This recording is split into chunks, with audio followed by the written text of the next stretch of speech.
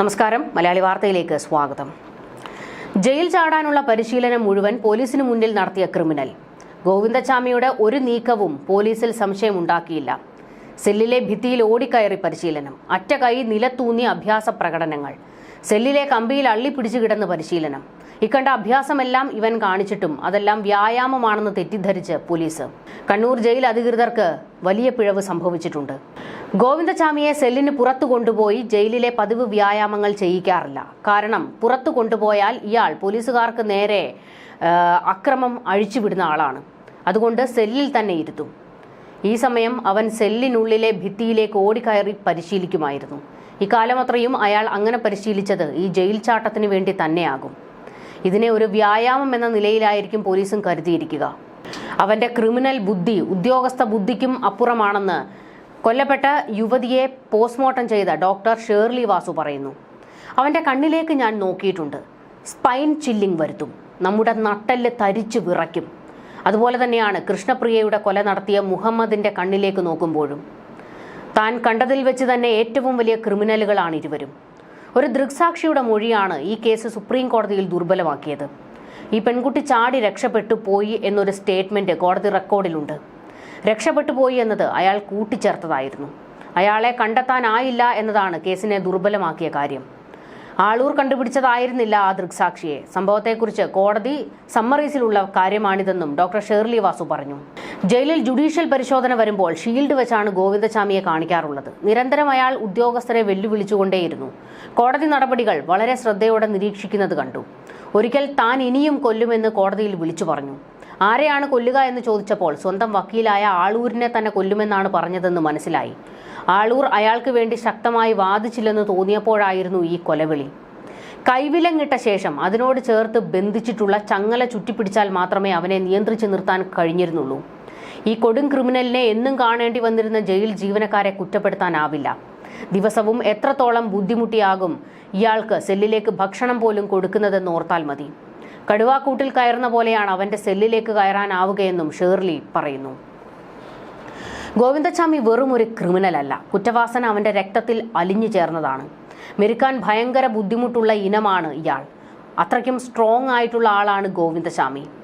3-4 പോലീസുകാർ പിടിച്ചാൽ പോലും വരുതിയിലാക്കാൻ പെടാപ്പാടാണ്. ഗോവിന്ദച്ചാമിക്ക് ഒരു കൈ മാത്രമേ ഉള്ളുവെങ്കിലും അയാൾ 2 കൈ ഉള്ളവരെക്കാൾ വിദഗ്ധനാണെന്ന് ബി സന്ധ്യ IPS പറയുന്നു. റിപ്പീറ്റഡ് സെക്ഷൽ പ്രിഡേറ്റർ എന്ന കാറ്റഗറിയിൽപ്പെട്ട ആളാണ് ഗോവിന്ദച്ചാമി. ഇയാൾ ഒരു കൊടും കുറ്റവാളി തന്നെയാണ്. കാരണം ഇയാളെ ആദ്യമായി പിടികൂടുന്ന സമയത്ത് ഗോവിന്ദച്ചാമിക്കെതിരെ തമിഴ്നാട്ടിൽ 14ഓളം കേസുകൾ ഉണ്ടായിരുന്നു. ഇത്തരം ആളുകൾ സമൂഹത്തിന് ഭീഷണിയാണെന്നും ബി സന്ധ്യ ഓർമ്മിപ്പിക്കുന്നു. സൗമ്യ വധക്കേസ് അന്വേഷണ സമയത്ത് തന്നെ ഗോവിന്ദച്ചാമിക്ക് ഒരു തരത്തിലുമുള്ള കുറ്റബോധവും ഇല്ല എന്ന് മനസ്സിലായിരുന്നു. റെയിൽവേ കേന്ദ്രീകരിച്ച് നടത്തിയ അന്വേഷണത്തിൽ ഇയാൾക്കെതിരെ കേരളത്തിലും തമിഴ്നാട്ടിലുമായി കൂടുതൽ കേസുകൾ രജിസ്റ്റർ ചെയ്തിട്ടുണ്ടെന്ന് മനസ്സിലായി. ഗോവിന്ദച്ചാമി പുറത്തിറങ്ങിയാൽ ഇനിയും ഇതുപോലെ കുറ്റകൃത്യങ്ങൾ ആവർത്തിക്കുമെന്നും ബി സന്ധ്യ പറഞ്ഞു. ഗോവിന്ദച്ചാമി ജയിൽ ചാടിയത് ഇപ്പോൾ വലിയൊരു ചർച്ചയ്ക്ക് വഴിവെച്ചിരിക്കുകയാണ്. ഇതോടുകൂടിയാണ് പലരും ഗോവിന്ദച്ചാമിയുമായി ബന്ധപ്പെട്ടിട്ടുള്ള പലരും ഒരു നിമിഷ നേരത്തേക്കെങ്കിലും അയാളെ ഒന്ന് ചോദ്യം ചെയ്യാനോ അല്ലെങ്കിൽ അയാളെ പരിശോധിക്കാനോ ഒക്കെ വന്നവർ പോലും ഇയാളുടെ കൊടും ക്രൂരത, അത്രത്തോളം ക്രിമിനലാണ് ഇയാളെന്ന് വ്യക്തമാക്കുന്നുണ്ട്. ഇപ്പോൾ പോലീസിനും കണ്ണൂർ ജയിൽ അധികൃതർക്ക് നേരെയും വലിയ വിമർശനങ്ങൾ ഉയരുകയാണ്. എങ്ങനെ ഗോവിന്ദച്ചാമി ജയിൽ ചാടി, എന്ത് പിഴവ് സംഭവിച്ചു എന്നുള്ള ചോദ്യങ്ങൾ ശക്തമാകുകയാണ്. അതിൽ ഏറ്റവും പ്രധാനപ്പെട്ടതായിട്ട് ഉയർന്നു വരുന്ന ഒരു കാര്യമുണ്ട്. ഈ വൈദ്യുത വേലി പ്രവർത്തിച്ചിരുന്നില്ലേ എന്നുള്ളത്. അതിൻ്റെ കൂടുതൽ വിവരങ്ങൾ പുറത്തേക്ക് വന്നിട്ടുണ്ട്. വൈദ്യുത കമ്പിവേലി മറികടക്കുന്നതിനിടെ ഗോവിന്ദച്ചാമിക്ക് ഷോക്ക് ഏൽക്കേണ്ടതായിരുന്നു. എന്നാൽ അത് സംഭവിച്ചില്ല. എന്തുകൊണ്ട് എന്നുള്ള ചോദ്യമാണ് ശക്തമാകുന്നത്. ഇക്കാര്യം അന്വേഷണത്തിലും വ്യക്തമാകേണ്ടതുണ്ട്. 2 കുത്തനെയുള്ള അഴികളും ഒരു കുറുകെയുള്ള പട്ടയുമാണ് പൂർണ്ണമായും മുറിച്ചു മാറ്റിയത്. ഇതിനിടയിൽ കൂടി നൂഴ്ന്നിറങ്ങാൻ വിധത്തിൽ ശരീരത്തെ ഇയാൾ പാകപ്പെടുത്തിയിരുന്നു എന്നുള്ളതാണ് ഞെട്ടിപ്പിക്കുന്ന കാര്യം. ജയിലിനകത്തെ ജയിലെന്ന് വിശേഷിപ്പിക്കാവുന്ന അതീവ സുരക്ഷയുള്ള 10ാം ബ്ലോക്കിലാണ് ഗോവിന്ദച്ചാമിയെ പാർപ്പിച്ചിരുന്നത്.